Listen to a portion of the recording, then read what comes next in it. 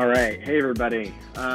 Today we've got another Q&A with the local business owner, Andy Pfeiffer.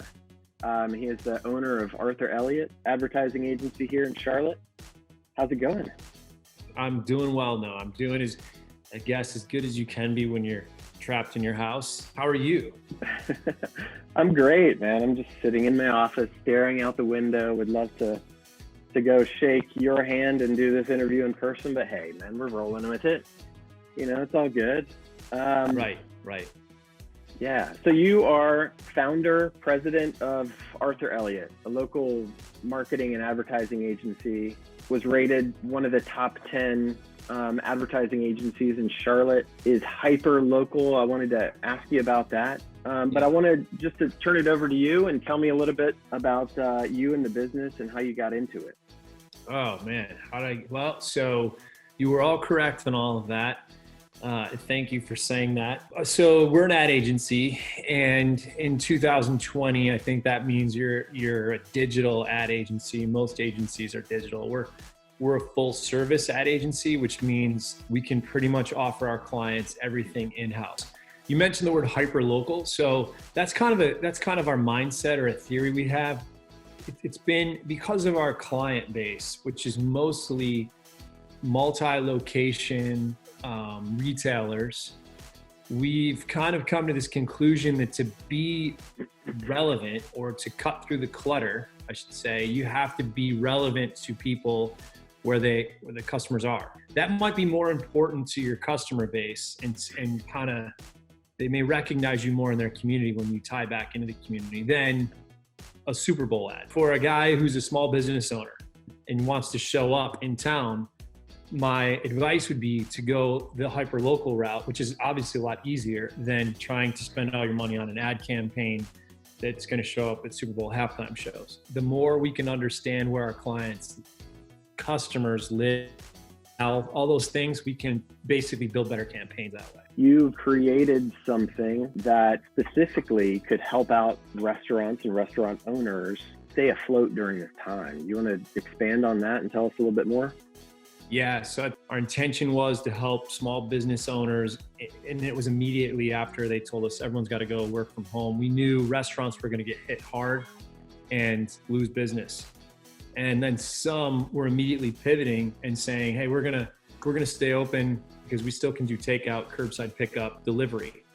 And we thought, how are you gonna find out? You know, so we came up with kind of a really cheap, quick ad program to help them let people know they're still open. And what we realized pretty quickly was even that wasn't a good idea, because you come across as too salesy when you're asking people to spend money in the middle of an pandemic. And one of the restaurant owners suggested, we don't want to do this, but what we do need is a forum for us to get together and talk about practices that we all have to amend, or how these guys are succeeding, and could we have industry experts like a lawyer, a finance person, someone from US Foods, Groupon, Yelp, these guys that are really all the players in the restaurant industry come together, at least give information or provide information.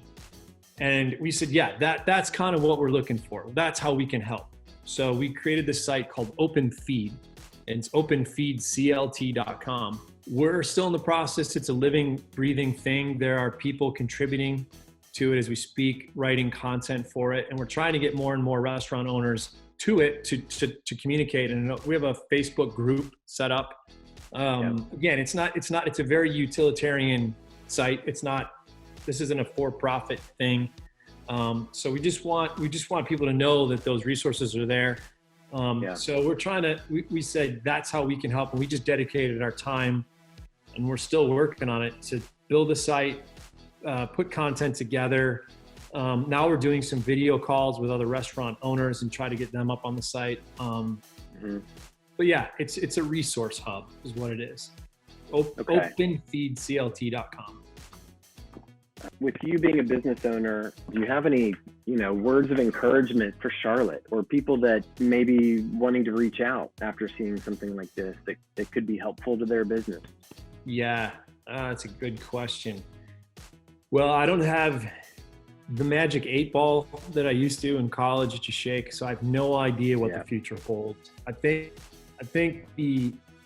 everyone's got to have a mindset that you can look at this two ways: is this is terrible, this sucks, or this is a chance to pause and pivot and really think about what we could do better. So I guess some advice, and this may sound callous, but if you can take this time to reflect on what you need to do personally or as a business to get better, that might be something that changes your mindset for the better, and you can get out of the depressed, because it's easy to get depressed and sunk in the, you just watch the news for a little bit, you'll feel terrible afterwards. So I think that's one piece of advice, I guess. You asked about Charlotte in particular. The one cool thing that I noticed about this city, and I know we're not Silicon Valley where we're inventing all this new apps and great stuff, and we're not New York where we're the mavens of industry, but Charlotte, to me, has always been a great place to live because the private sector of businesses, the banks, but there's a lot of other people that are doing really great stuff in real estate, and they're driving the community to get better. I think because of that, I have a lot of hope. I think there's enough really smart people in this city that care about the city, that are pushing the ball forward with either ideas or new business opportunities. So I would hang on to that hope. I think out of all the places in the United States, hopefully we recover quicker. There's going to be opportunities to get jobs back. Now there's a lot of free agents out there. There's going to be all that for businesses, right? I've considered that myself. If there's other agencies that go out of business, there's some really good, talented people out there that are going to be looking for jobs. It'll be interesting to see how people take advantage of this, I guess. And I think Charlotte is set up in private sector to do that. I think there's some really smart people here that will help us dig out faster. Well, I hope so too. Are there any creative things that other companies are doing to adjust and pivot during this time to keep their businesses afloat? That you kind of want to say, hey, this one's really cool, and maybe a personal shout out to those businesses? Yeah, I'd have to think about. That's a great question because but I just heard of one, so I'm gonna just the top of my head. I heard that. I love stories like this. I heard Your Mom's Donuts, which is actually one of my favorite donut places, got connected. So there was a lot of farm. I'm a big fan of the local produce and so I guess Your Mom's Donuts is now being a drop-off location for these farms, because you can't go out to the farms anymore and pick up your stuff. And honestly, again, that kind of talks about how they can pivot the business. It's a win-win for everybody. They're just trying to get through it and reinvent themselves. If there are people that are listening to this that say, hey, this is something that could benefit my company, how can they and we find you? So really easy. Just I'll give you my direct email is andy@arthurelliott.com. And I'm always happy to talk to other business owners. I think it's really cool to get ideas from people and share ideas as well. Our website is arthurelliott.com. And that website I spoke to before about restaurants, if you're a restaurant owner, openfeedclt.com. Hopefully that's a great resource for you.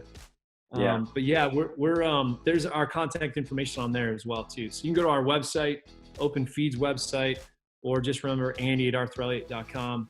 Happy to talk to anyone. I will say that one of our core values is responsiveness. So we make it a kind of an internal mission to respond to anybody, no matter who they are. So please, if you have a question, reach out to any of us and we'll be happy to Zoom call you.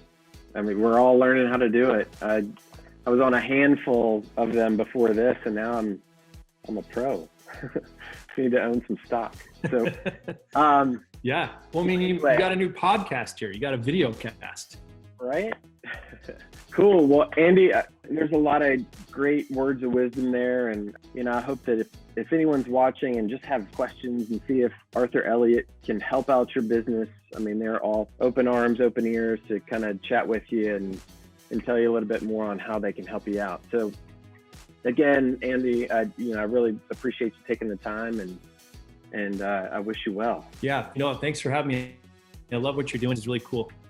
Appreciate it. All right. Yeah. Thank you. All right. Take care. Good luck. See ya.